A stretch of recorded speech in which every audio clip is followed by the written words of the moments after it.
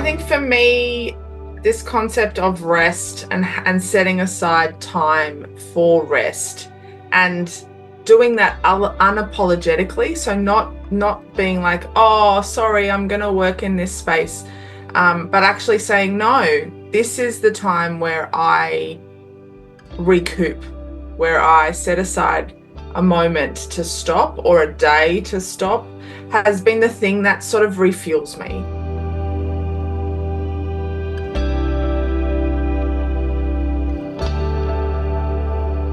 Welcome to Deeper, the Youth for Christ podcast that helps you deepen your relationship with God. I'm Lyndal Walker, your host, and this year we are exploring spiritual practices that help us become more like Jesus. This is episode 2, and today we are discussing the practice of Sabbath. As we said in episode 1, we are using John Mark Comer's Practicing the Way as our guide. Comer defines Sabbath as rest, taking an entire day of your week to not only stop and rest, but also delight in and worship the God who made you to be with him. Today, my guest is Esther. She's here to explore the idea of Sabbath with me and mainly the rest aspect of Sabbath. She's part of the training team for Asia Pacific and is also heavily involved in the prayer area and is part of the global leadership team. She's the wife of Jasen, who's also part of Youth for Christ, and the mother of 2 children. She currently resides outside of Brisbane, Australia. So welcome, Esther. Great to have you here. Thanks for having me. I'm glad to be here. Wonderful. Now, before I get into asking you some questions, Esther, I just thought we would look at where this idea of Sabbath comes from. How do we get that idea in the first place? And for those of you who are familiar with the biblical narrative, of course, this idea of Sabbath comes from the creation story in Genesis. And so we see that God worked for 6 days, and then on the 7th day, he rested. So the word rested in the Hebrew is Shabbat, which basically means to stop, cease, or be done. So that's where we get the word Sabbath from. And of course, later on, Moses introduces it as a law to the people of Israel. And of course, we see Jesus interacting as well with the Sabbath. And there was a particular instance where the Pharisees were not too happy with him because he and his disciples were picking grains of head on the Sabbath and eating them. And they classified that as work. But Jesus, in response to that, said in Mark 2:27, the Sabbath was made for man, not man for the Sabbath. So in other words, Sabbath is a gift from God. It's not about whether it's a binding law that we have to obey. It's a rhythm that helps people live fully into who God wants us to be. And that's, of course, people who love him and love others. So I'm so glad I have Esther here because I've seen her over the years be a flat out worker for the kingdom. and as well as that, she's obviously a mother, so, probably doubly busy. But what I've noticed about Esther is that she always takes the time for Sabbath. And so, Esther, can you just tell us a little bit about your journey into Sabbath, how it started for you? Sure. I think for me, this concept of rest and setting aside time for rest and doing that unapologetically, so not being like, oh, sorry, I'm going to work in this space, but actually saying, no, this is the time where I recoup, where I set aside a moment to stop or a day to stop, has been the thing that sort of refuels me. And I notice when I don't have that, how much of a negative effect it has on me and my family. So it has been, you talk about it as like almost a journey. It has been a journey. This hasn't been something that I have practiced well constantly. But more and more in recent years, I've realized the need to hold that time precious and set aside that time, and then how that really sets me up to be effective in a sustainable sense, like being able to keep going in a sustainable sense. So yeah, I mean, just coming to a place where I'm like, able to say, yes, I'm incredibly busy, but this time is important, even if my to-do list is huge, and needing to stop and set aside that space. Yeah, that would be my answer, I guess. Yeah, and it's interesting because as I was researching for this podcast, I was watching some of John Mark Comer's training that they have a website, Practicing the Way, and on there you can access all these free resources, and it's a great resource to go to. But basically, it says in there in regards to Sabbath, it says, in our era of chronic exhaustion, emotional unhealth, and spiritual stagnation, few things are more necessary than recovery of this ancient practice. What would you say to that, Esther? I would say 100%. I think the piece for me is when I don't prioritize a day a week, it's like my brain stays constantly racing. And it means that I can't be the kind of wife I need to be, the kind of mother I need to be, the kind of YFC worker that I need to be, because my brain doesn't have a chance to stop and hit reset. And that Sabbath space allows me to do that. And you know, so sometimes that's about just resting, and that alone hits reset for me. Sometimes it's about resting with my family. I know we'll talk a little bit about that later, and sometimes it's about just being like, okay, I'm going to pause and reconnect with God in that space, and that's the day where I try and allow Him to calm my mind in a very deliberate sense, if that makes sense. So yeah, 100%. I know that my life would be much more difficult if I wasn't prioritizing this habit. Yes. And one thing that kind of came up too as I was researching, he said, you know, we used to get a lot more sleep than we do now. So apparently the norm used to be 10 to 11 hours a night. And I guess that's, you know, the rhythm of when the sun goes down and when the sun comes up again. But in the West now, it's only about 6 hours a night on average that people get. And so I think it's even more important that we set aside this whole day of stopping and resting so that we can catch up on the energy levels that we need to keep going. Exactly, yeah. So you've mentioned a little bit about what you do on that day, but can you just give us a bit of an example of what a typical Sabbath day looks like for you, and maybe when you have it too, because sometimes people can't always take it on a Sunday because often, you know, we've set aside the Sunday, even though originally it was the Saturday. But how does that look like to you in terms of when you take it and what you do on that day? Sure. Yeah, I can't take my Sabbath on a Sunday. And I like to try and take Sabbath with my husband. And he can't do that either. We are heavily involved in church as a part of like that's a requirement of our job description that we're connected into church. And so Sundays are full of that. They're also full of connecting with supporters, which is also a big part of what we do, obviously, within YFC, those of us who are fundraising, or speaking at churches, those kinds of things. Sunday is not a day of rest for me. So, and you know, a part of the journey, it took me a while to realize that too. So even at the beginning, we were trying to have Sabbath on a Sunday, and it became obvious that just was never going to happen. And so we tend to, sometimes it moves around a little bit when we have it. We try and set aside one day. So for the last few years, it's been a Monday.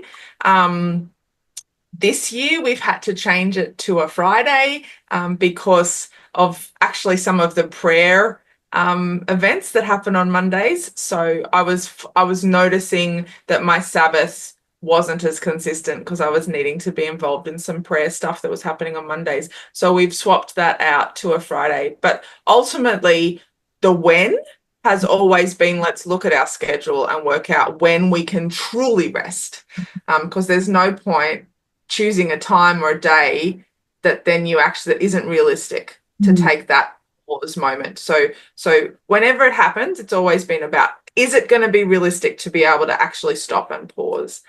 And then in terms of what it looks like for me in the day. This can change. I have kids sometimes. Like at the moment, it's school holidays because we're in the Southern Hemisphere. We're coming to the end of summer holidays. They've been home for 8 weeks. So it's not as easy to do some of the things that I try and maximize. But it's interesting that you talk about that sleep component, because what I try and do to start my Sabbath day is actually go back to bed. So I will get the kids off to school, and then I'll go back to bed for an hour or sometimes two, depending on how bad my sleep has been that week. And just saying, okay, this is a moment for me. What I need in this week is rest. And so I'm going to actually properly rest and sleep. So sometimes it looks like that.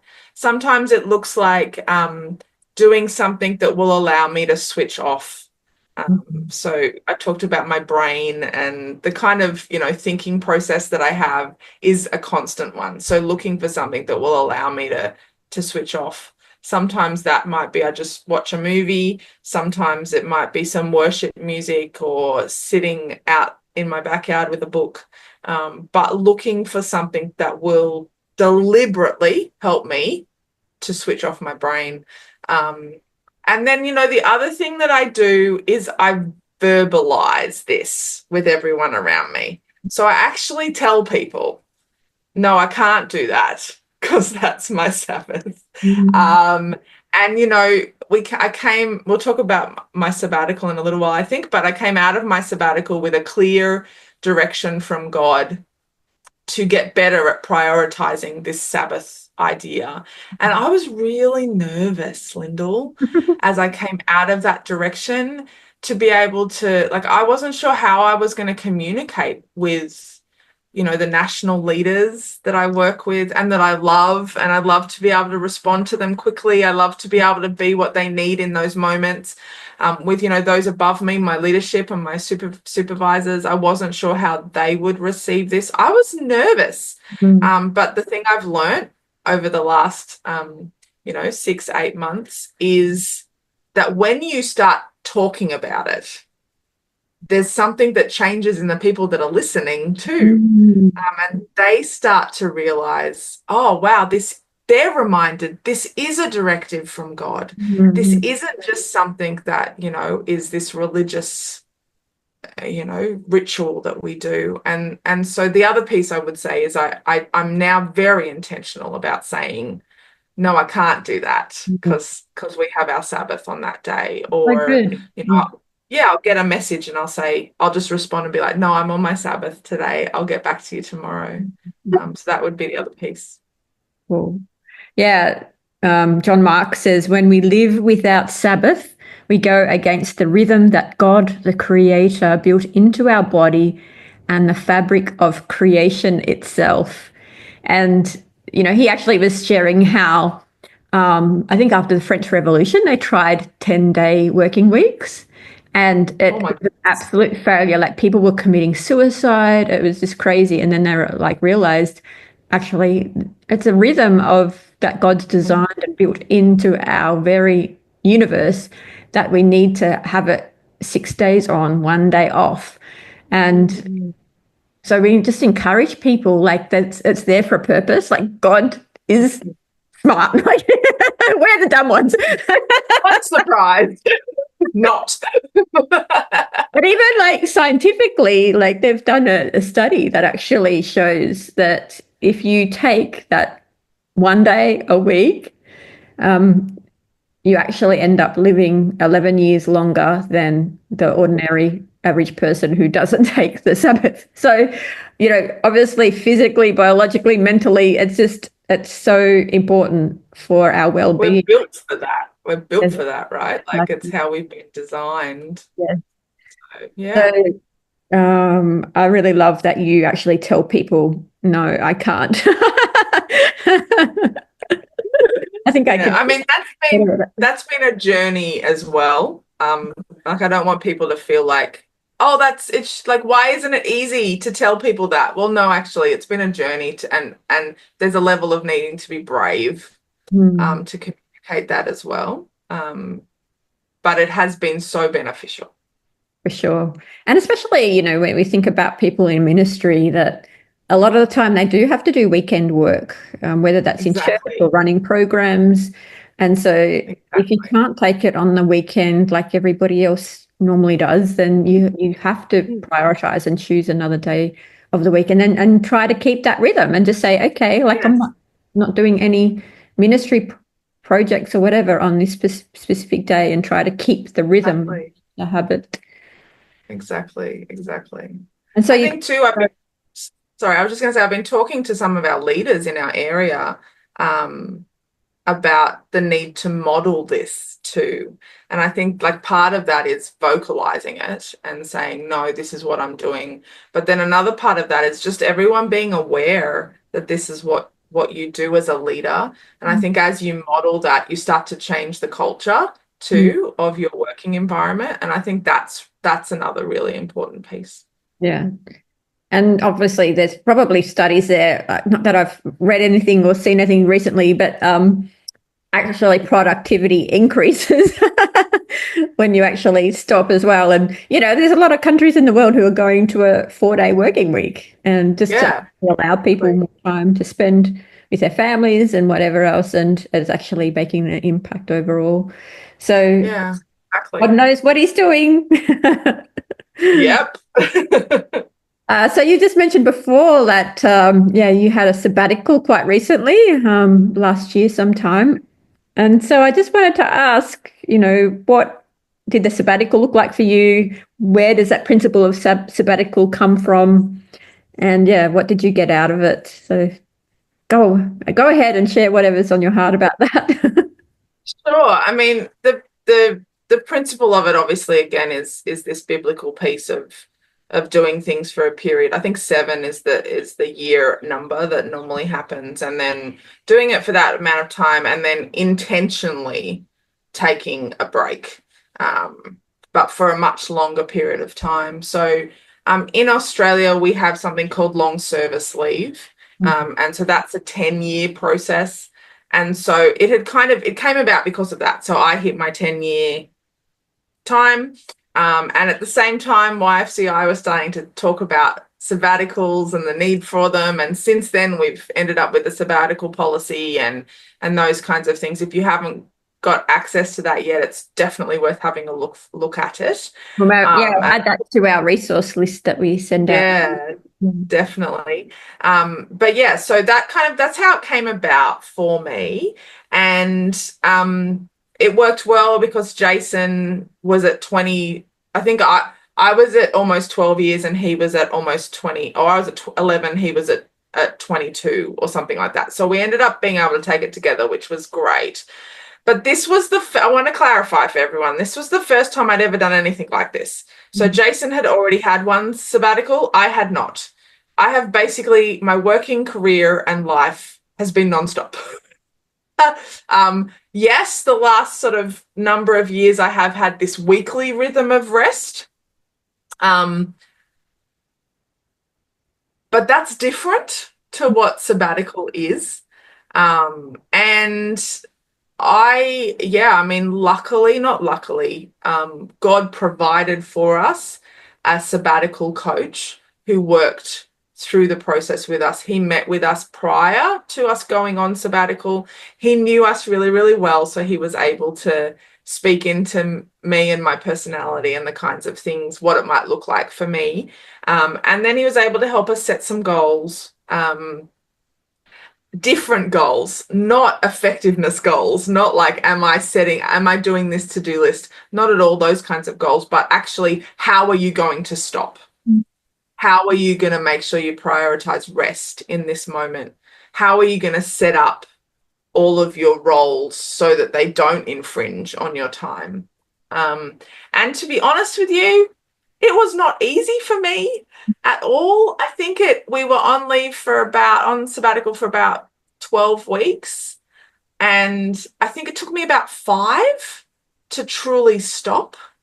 Um, and and truly, like just sit into that rest. it did not come naturally. Like even with that rhythm of that weekly pause and that weekly reset of Sabbath, my brain and my body didn't know how to stop properly. So now that I've been through that process of sabbatical, though, as I said earlier, I spent a lot of time trying to allow God to speak to me in new ways, specifically about rest. Mm. I was coming into my sabbatical sort of in burnout, to be honest. And Mm. so that was really obvious to me that this was really important. And so there were these sort of rhythms. I'm using that word a lot, but these rhythms of God just reminding me of what it means to sit in his peace and sit in his the knowledge of who he is and the plan he has for you. And so there were lots of those kinds of cycles once I stopped properly. Yeah, and then it was about prioritizing some other things too. So we deliberately decided to spend some time with our kids, because often when you work for an organization like ours, sometimes you can accidentally prioritize the ministry over your children. And so we had seen sort of some evidence of that. And so coming into sabbatical, we decided we wanted to prioritize that.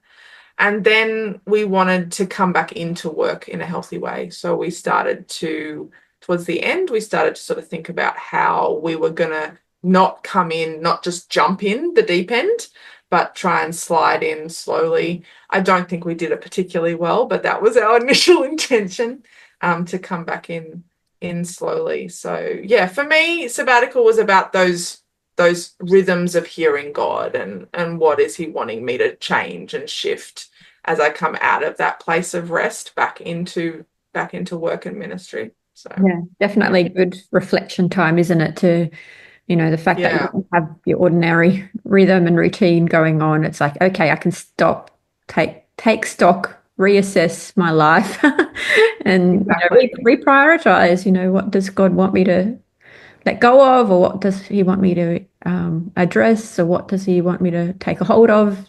So yeah, and for those of you who are liking to look at the biblical foundations, it comes from Leviticus 25, I believe, where God said to let the land rest after 7 years. You work the land for 7 years and then let it rest for a year.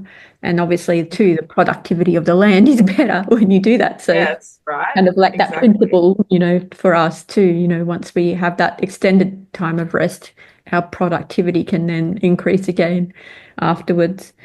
So yeah, you said that you kind of went into sabbatical feeling a bit burnt out. So I guess that one of my questions was how you felt before your sabbatical, and then Not good. and I guess, the whole aim is that we don't want to be able to take sabbatical because we are burnt out. Like we want to prevent burnout in the first place, why this rhythm of rest is important. But yeah, like tell us about your physical, mental kind of state before that sabbatical, and then what benefits have you seen both for yourself personally and for your family as a result of having that extended time? Yeah, so I think I had lost sight of the need to prioritize Sabbath prior to taking this sabbatical. And so um, I'd allowed this kind of expectation, and not necessarily an expectation that anyone had put on me, but it was almost an unspoken expectation that you can then choose to allow to kind of take over you, of the fact that I needed to be accessible and I needed to respond and I love the people I get to work with. I think our national leaders are incredible. It's such a privilege. And so I'd lost sight of the fact that that doesn't mean I have to be accessible at all hours. And so I think that's what generated my emotional and physical state that I was in prior to sabbatical.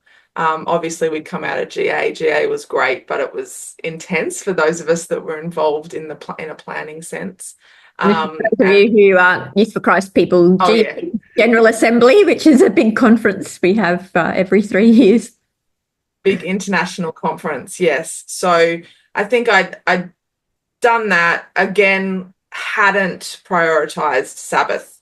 And so had lost sight of these rhythms of rest in my weekly schedule.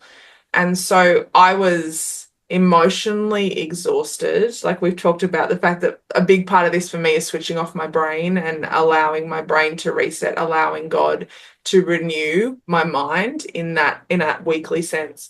That had become very rare. My sleep was starting to be affected. My emotional state was starting to be affected. And like hearing you talk about, we don't want to go into sabbatical in that state. I 100% agree with you. And I truly believe if we can do Sabbath correctly, like if I was doing Sabbath correctly, if I was being encouraged to do Sabbath correctly prior to this, then I wouldn't have been in that situation coming into sabbatical. But I wasn't. And so I hadn't made those decisions. I hadn't heard from God in the same way. I hadn't been reminded in the same way. And so I was in this state of unrest, I guess would be the best term. I was in this state of unrest, which makes perfect sense because Sabbath is about rest, and I had lost sight of the great importance. And it wasn't that my calendar still said day off. Mm. My schedule still had a day that was in theory blacked out. But I'd allowed it to be filled with other things. And I wasn't intentionally switching off from work, so it would continue. And I think that was the key piece that created how I was feeling going into sabbatical. So. Interesting. And so, yeah, what benefits then did you see afterwards? Like, even for me, I know I noticed you when we had a meeting in Denver that you looked different even. I did. I mean, I did look different, and some of that wasn't directly connected to Sabbath or sabbatical. Yeah, to sabbatical or that idea of Sabbath. But yeah, I mean, clearing my mind, which was a big part of sabbatical, allowed me to see the need for a few other things. And I lost a lot of weight, which is why I looked different. But also I'm more rested. That sounds very obvious, but it's the truth. I'm more rested. I have more grace to give to my family, my children, my husband, those I work with, the people that used to frustrate me. They still frustrate me, but I have more capacity to deal with them in a godly way, to respond to them in a godly way. And I think my mental health is in a much, much better place. I'm no longer in burnout. I'm now a lot more aware of the signs too, so I can actually see myself sliding into habits that aren't healthy, and I'm able to hear God say, you need to pull back out of that. You need to say no to something, or you need to remind someone that you'll contact them when you're working. So yeah, I think that the ability to hear God in a mental health space is certainly better too. So good. And obviously, yeah, as you said, it had the flow-on effects to the family as well. Yeah, exactly. Yeah, it's interesting because John Mark also says Jesus' will for your life is not to be chronically exhausted, sleep deprived, and living with zero margin. That's the enemy's will for your life. So even if you just think of it as a bit of a spiritual thing as well about it, like it's like the enemy wants to keep you in that state because he doesn't want you to be full of grace and loving people well and and thriving, Exactly. physically, mentally, emotionally. He doesn't want you to be thriving. So if we can just even keep in mind that that's a spiritual battle as well, and to be able to Definitely. okay, Jesus has put in these things for our good, our benefit, for our family's benefits, etc. Yeah, exactly. A couple of other last questions. We're nearly finished, but one thing that I thought of was like, okay, how about all those people out there? Oh, it's easy for you to say I can have rest, but I've got about 3 children under the age of 3. I'm trying to look after the family as well as work and do my Youth for Christ role. How in the heck am I ever going to get rest when that's the case? So, what would you say, or how do you think about, obviously you've got children who are a little bit older now, so a bit more independent, but especially for those Yeah. who are parents, mothers, especially who have younger children, they're probably sleep deprived anyway because their kids are getting up in the night. Yeah, definitely. I remember what that was like. Yeah, I look, when you suggested this question, I think I responded to you and I was like, that's a really good question. Um, and I don't think I have any one answer. I think if I was going to give it in a single answer, it would probably be two things. The first one would be it's okay to be creative Mm. with this. So, um, in different seasons of your life, you need to do things differently. Mm. And when you have young kids, it is really hard to do this in the typical, I'm going to take a whole day off, I'm going to sleep more, I'm going to relax, I mean, it's hard to do even when you don't have young kids. Mm. Like, to record this podcast, Jasen took the children out of the house so that it wouldn't be like, mummy, mummy, mummy, mummy, mummy. So, like, it's hard. And I think we need to realize it's hard Mm. and own that. Allow ourselves to be creative. So, like, how can I find maybe an hour here and an hour there?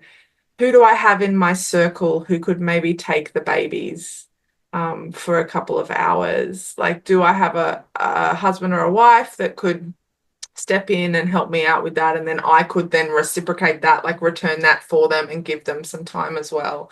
Um, those kinds of ideas are very helpful. Obviously, once slightly larger children go to school, I would really encourage Sabbath to be on a school day Mm. because it helps with that. So that first one would be creativity, I think, which leads into the second thing I would say is to give yourself a break. And I don't mean that as in schedule time. I mean, don't judge yourself too harshly. Mm. This doesn't have to look a certain way, and it can look differently. From my perspective, the ultimate aim is that you have time to rest. Mm. And I think you need to not judge yourself as a parent if it doesn't look the way you want it to. Give yourself a little grace in that. Not allow anyone else to judge you Mm. for that either. Yeah, and I mean, I think too, when we had young children, we actually set up these rhythms of rest even in our daily schedules. So we would often have afternoon quiet time. The kids would have a book. When they were little, they would sleep. And so we started those habits quite young. And that's something that it means that now we have, tweenies and teenagers who we say, go get a book for an hour and just take a rest moment, hit pause, and they can, for the most part, go and do that. But I do believe that's because we started early Mm. with those rhythms and those cycles of stopping and Mm. pausing. So yeah, I would say you can be creative. You're allowed to be creative. Look for ways to do this that is going to be what you need in this season at this moment. And Mm. then give yourself some grace. And it's okay if if it works this week and then it doesn't work next week, or if this week you have to do it one way and then next week it has to happen a different way. Like that is okay, Mm. would be my suggestion. Yeah, and what I loved, one of the things that you said was look at who's in your circle, and one of the spiritual practices we're going to be looking at later in the year is community. And Uh-huh. we have become quite a fragmented, individualistic society. Yeah, So we used to kind of raise children in villages, didn't we? And so, right. Yeah. Yeah. and so, obviously, if we can access community to help us in that way, it's also a beautiful thing to help build community. Exactly. And relationship and that idea of looking in your circle or your village. A village is a great way of describing it too, and being able to reciprocate it with those people as well. Like you can take their children for a while and then they can Yes. take your children for a while. Like that's something that can be really positive in a community sense Mm. as well. So yeah. Yeah, and even reading some of John Mark's work and what he does, even as teenagers, the children are getting older, they actually purposely say no sport on this day. Like, because obviously our society is like, you've got to have your kids in every single activity under the sun. And Yeah.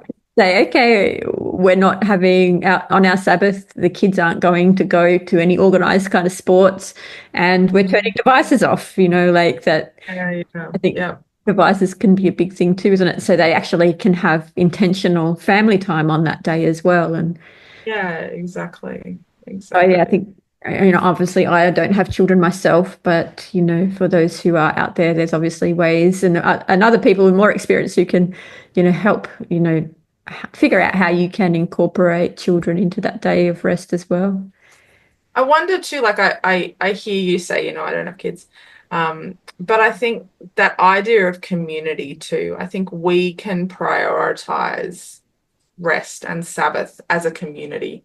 Mm. And that means that like uh, we can tune our ears into the Holy Spirit, and the Holy Spirit, like he might call us to support someone else, Mm. and like so step into someone else's world and say, hey, I've noticed, Mm. that you're really tired at the moment. Is there anything that I can do? Can I take the kids? Can I bring you a meal? Can I just something that changes that cycle for that family so that they're able to, and it might not be hit reset for a day, but it might just be for a couple of hours. Like I think we have the ability to engage with each other Mm. across this idea as well. And so I think that's great to remember too. Amen. Yeah, I think John Mark, if you go onto his video, he talks about how they start their Sabbath with another family, and they intentionally Hmm. come together on a Friday night, and Yeah. obviously they do their Sabbath on a Saturday. But I'll add that resource onto the resources list, and you can go check it out yourself. So finally, Esther, like, is there any other encouragement you would like to give, or for those people who really do struggle to slow down and rest because they're always just feels like they're people on the go all the time, they have to be doing something. What would you say to those kind of people? That you're not alone. I'm right there with you. I get it. And that it's worth it. Like Mm. I know that it might be hard work to try and work out how to factor this idea of Sabbath and rest into your weekly schedule. But having been there myself, it's worth it. It's Mm. worth that struggle initially, because the benefits will far outweigh any energy you need to put into doing it.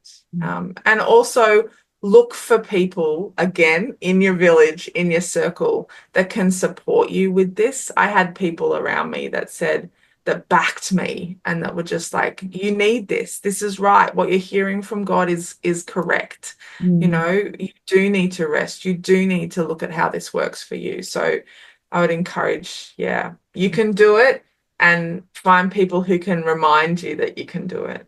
And yeah, I think too, like finding other activities you enjoy, like going out in nature, like, if Yeah, you are more of an active person, like there's ways of refreshing yourself that you might not, go to bed and sleep it for another couple of hours if that's not you, but it's yeah, like, yeah, exactly. go out and take a walk Do in something. nature, like, yeah, do a puzzle You or know, that's like a super interesting thing. I don't know whether you remember, because I think we talked about this initially as I was coming out of this my sabbatical, but I don't know about anyone else, but for me, I didn't really have hobbies. I Mm. really didn't have, I was so busy that I didn't really have things I could do. And so we're in that sort of 5 weeks as I was trying madly to slow down. I realized I needed something. And so like one of the things that came out of my sabbatical as well was I learned to crochet. And that's been this incredible thing because it's another, like it's almost like it helps my brain switch off. So in those moments where I just feel hugely heightened and I'm trying to stop, having that skill, find that hobby, whether it be a puzzle or something physical with your hands or a walk in nature, find that thing that's going to help you do this. And then you can sort of teach yourself and make that a habit. And so for me now, crochet is one of those things that I pick up, my crochet hook and some yarn and it's like, okay, yeah, take a breath, just pause for a minute, and that's been really helpful. So.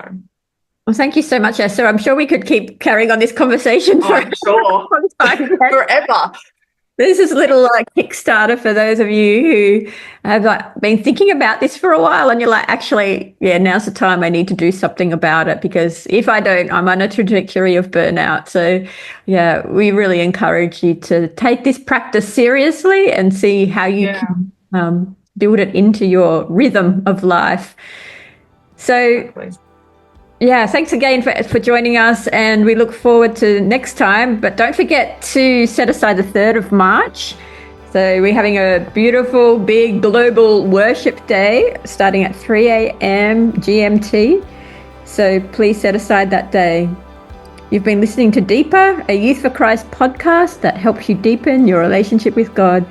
Please share this podcast with your community and colleagues to help us build a deeper community and a healthy organization. You can reach out with any questions or comments by emailing us at deeper@yfci.org. We would love to hear from you and may even include your feedback in future episodes. I'm your host, Lyndal Walker. Please join me next month as we examine solitude. In the meantime, have a great month and God bless.